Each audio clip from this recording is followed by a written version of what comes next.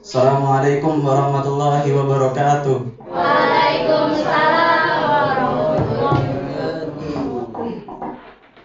Innalhamdulillah nahmaduhu wa nasta'inuhu wa nastaghfiruh wa na'udzu billahi min syururi anfusina wa min sayyiati a'malina man yahdihillahu fala mudhillalah wa man yudlil fala hadiyalah.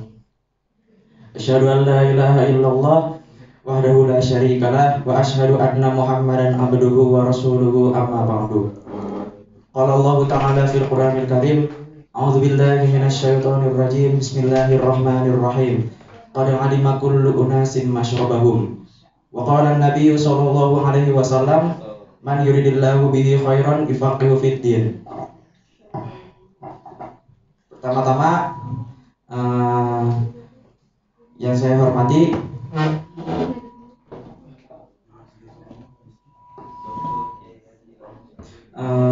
pembina Yayasan Islam Al-Qudwah, Dr. Kiai Haji Amang Syafruddin LCMM. Kemudian yang saya hormati juga pembina Research Based Learning, Dr. Engineering Hadia Warman SSI MSc. Kemudian juga yang saya hormati juga kepada Dewan Guru dan juga santri sekalian yang ikhwan maupun yang akhwat yang dicintai karena Allah Subhanahu wa taala.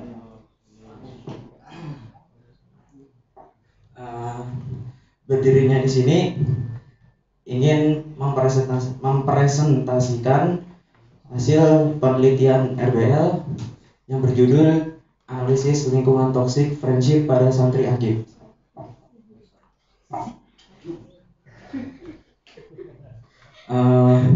Sebelum itu perkenalkan, nama saya Muhammad Zulfan Arena Sukojo, 11 lahir di Depok tanggal 6 Maret 2007.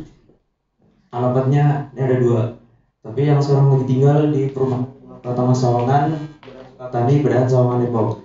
Riwayat perizinan sudah tertera, moto. Nah, kalau ada yang mau lihat, kalau ada yang mau stalker media sosialnya tuh, IG, TikTok.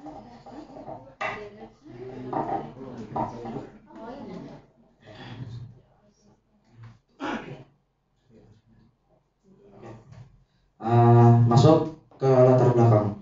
Sebelum itu, saya akan membacakan sebuah hadis yang diriwayatkan oleh Abu Musa Al-Asy'ari.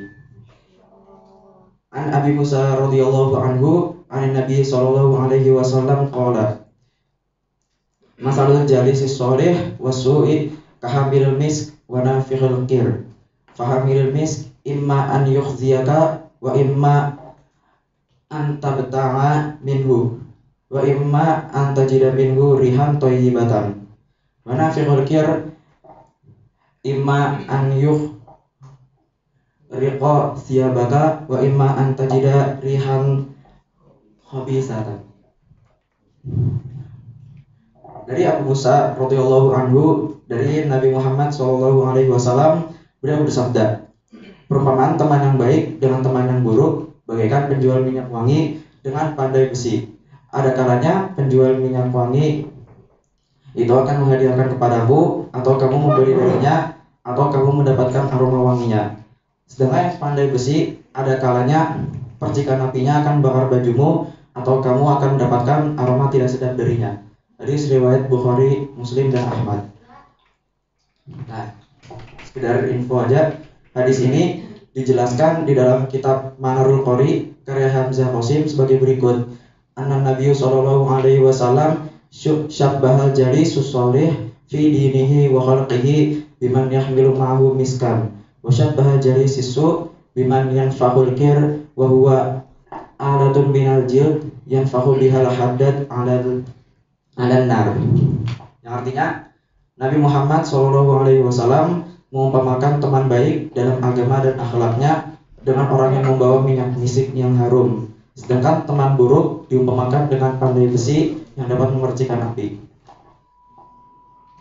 Lanjut.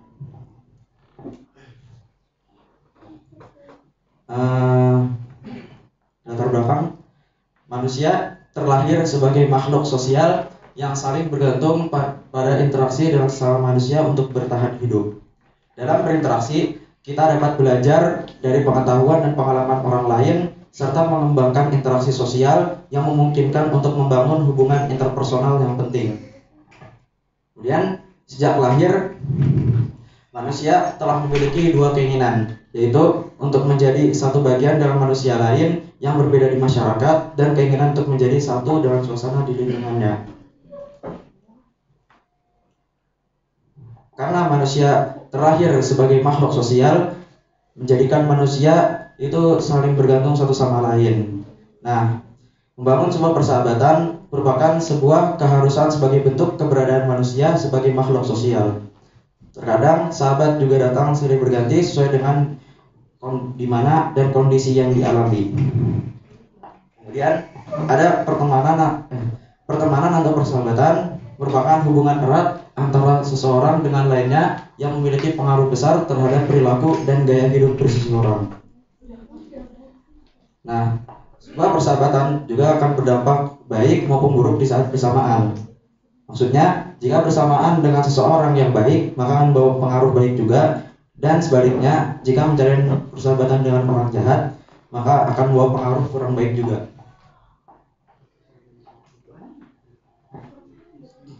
Nah, beberapa circle friendship atau kelompok pertemanan yang didalaminya terdapat beberapa orang terdekat pilihan mereka, kadang kerap memunculkan toxic friendship. Nah, toxic friendship ini dapat disadari memberikan perasaan negatif seperti memberikan perasaan tidak berbahaya, dan parahnya ketika dibiarkan akan menimbulkan masalah seperti munculnya rasa insecure, krisis kepercayaan, dan depresi. Nah, berdasarkan latar belakang di atas, maka disusunlah sebuah rumusan masalah. Yang pertama, bagaimana karakteristik lingkungan pertemanan yang bersifat toksik di kalangan siswa AKIPS dan apa saja dampaknya terhadap kesejahteraan mental dan emosional siswa. Kemudian yang kedua, apakah lingkungan santri AKIPS didominasi oleh lingkungan pertemanan yang bersifat toksik atau tidak? Yang ketiga, jika didominasi oleh lingkungan pertemanan toksik, maka bagaimana caranya mencegah pertemanan tersebut? Tujuan penelitiannya, yang pertama, mengetahui karakteristik lingkungan pertemanan yang bersifat toksik di kalangan siswa AKIPS. Kedua, menganalisis lingkungan pertemanan di sekitar santri AKIPS. Ketiga, memberikan solusi kepada santri dan guru-guru AKIPS untuk mencegah lingkungan pertemanan yang bersifat toksik.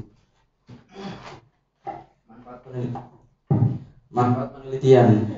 Pertama, memberikan pemahaman yang lebih baik tentang dinamika sosial di antara individu. Kedua, meningkatkan hubungan sosial yang lebih baik dan meminimalkan konflik interpersonal. Untuk pengumpulan datanya, yaitu dengan metode observasi, metode penelitiannya kualitatif berupa kuesioner. Masuk yang kedua, landasan teori.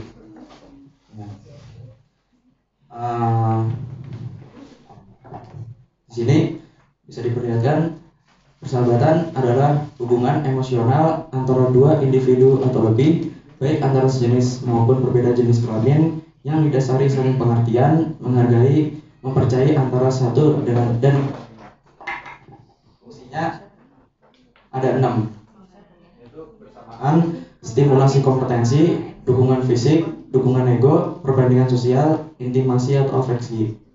Dan untuk ciri-cirinya dapat yaitu sukarela, unik, kedekatan dan keintiman, dan persahabatan harus dipelihara agar dapat bertahan. Unsur persahabatan ada kepercayaan, kejujuran, keakraban, dan komitmen. Kemudian untuk aspeknya ada dukungan dan kepedulian, konflik dan pengkhianatan, pertemanan dan rekreasi, pertolongan dan bimbingan, bertukar keakraban, kemudian yang terakhir pemecahan masalah. Nah, untuk faktornya di sini yang terakhir ada 3, ketertarikan secara fisik, kesamaan, dan timbal balik.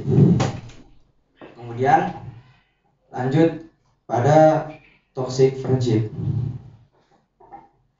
Itu sebuah kondisi lingkungan pertemanan yang buruk sehingga berpotensi mengganggu atau psikologis orang yang berada di dalamnya.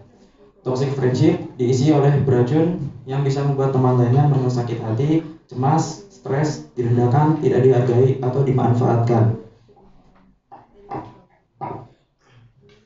Dan untuk ciri-cirinya, yang pertama ada merendahkan, menyebarkan gosip, membuatnya tidak nyaman, menyakiti perasaan, manipulatif, mengutamakan diri sendiri. Kemudian untuk dampaknya itu ada merasa depresi dan cemas, pesimis dengan semua hal, menjadi tidak produktif, tidak merasa bahagia, dan selalu merasa bersalah. Kemudian lanjut ke metode penelitiannya. Nah, di sini diperlihatkan populasinya dan sampelnya, yaitu seluruh santri akib baik itu SMP dan SMA, banyak 20 ikhwan dan 20 akhwat. Nah, kalau ada yang melihat kuesionernya nih. Kemudian hasil penelitiannya. Nah, di sini diperlihatkan totalnya ada 40 orang responden berimbang ikhwan baik SMP maupun SMA. Kemudian mayoritas responden adalah kelas 11 dan kelas 10, yaitu sekitar 22,5% ditambah 22,5% sama dengan 45%, hampir setengah responden. Kemudian untuk teman dekat, di sini mayoritas responden menyatakan memilih teman dekat sebanyak 85%. Baik di jenjang SMP maupun SMA, mayoritas responden semuanya memiliki teman dekat. Nah, untuk sifat toksik yang pertama, mayoritas responden menyatakan jarang dan tidak pernah membohongi teman sebanyak 47% dan 5%, bahwa ini juga menandakan sifat mayoritas responden yang baik, yaitu dengan menjauhi karakter pembohong. Kedua, responden SMP rata-rata pernah membohongi temannya, karena di sini tidak ada yang mengisi tidak pernah. Kemudian pada SMA ditemukan 1 orang atau 9% yang memiliki karakter suka berbohong karena memilih selalu.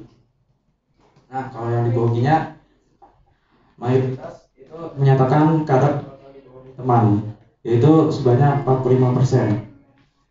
Nah, di sini juga diperlihatkan ada yang merasa selalu dibohongi sebanyak 5%, terdiri dari siswa SMP yaitu sebanyak 6% dan SMA 4%. Artinya terdapat indikasi toxic friendship pada SMP dan SMA. Nah, kalau yang merasa tidak pernah dibohongi temannya, di situ kalau di total sebanyak 5%, dan itu semuanya dari SMA. Kalau SMP itu tidak ada yang tidak pernah merasa dibohongi temannya.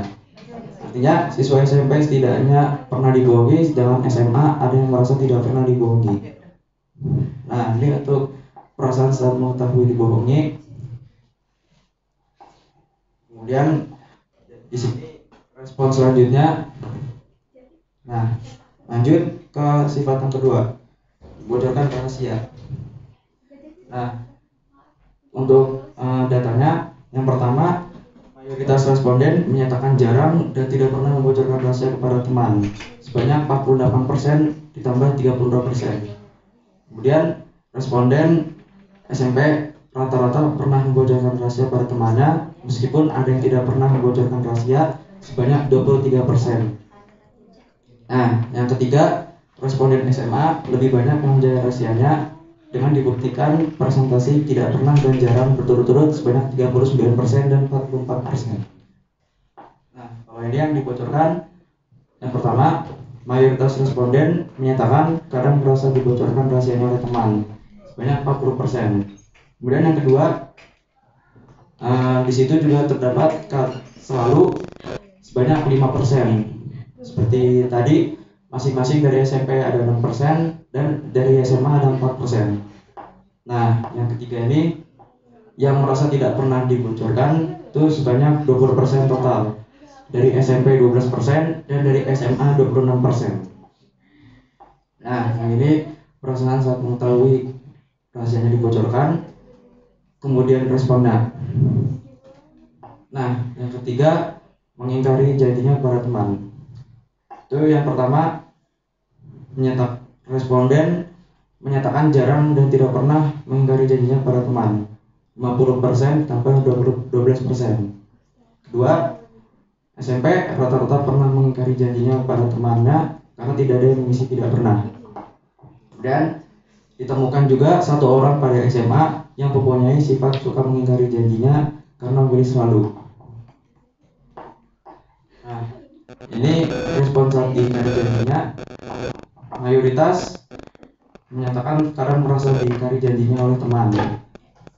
Dan seperti dua sifat yang tadi juga, itu selalu ada sekitar 5%. Yang dari SMP ada 6% dan dari SMA ada 4%. Nah, yang merasa tidak pernah diingkari janjinya oleh teman sebanyak 10%. Nah, semuanya dari SMA. Maka dalam artian siswa SMP selalu mengingkari janjinya pada teman. Malu masih bocil.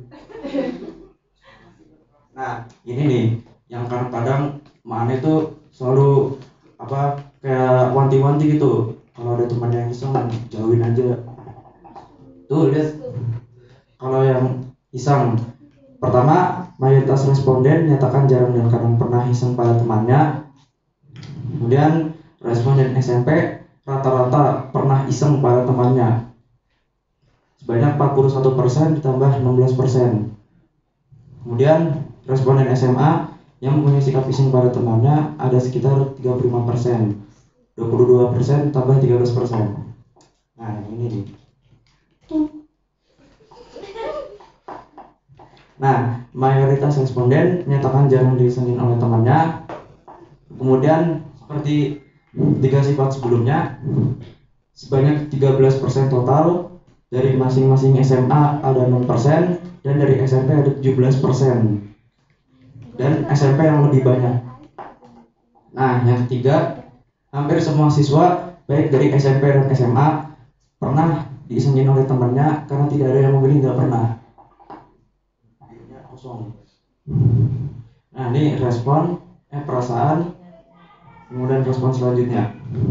Nah, kalau untuk tidak nyamanan, hampir sebagian responden merasakan ketidaknyamanannya dari temannya dan sebagian juga jarang merasakannya. Kemudian yang kedua, siswa SMP semuanya merasakan ketidaknyamanan karena tidak ada yang memilih tidak pernah, yang total sering dan selalu sebanyak 41%.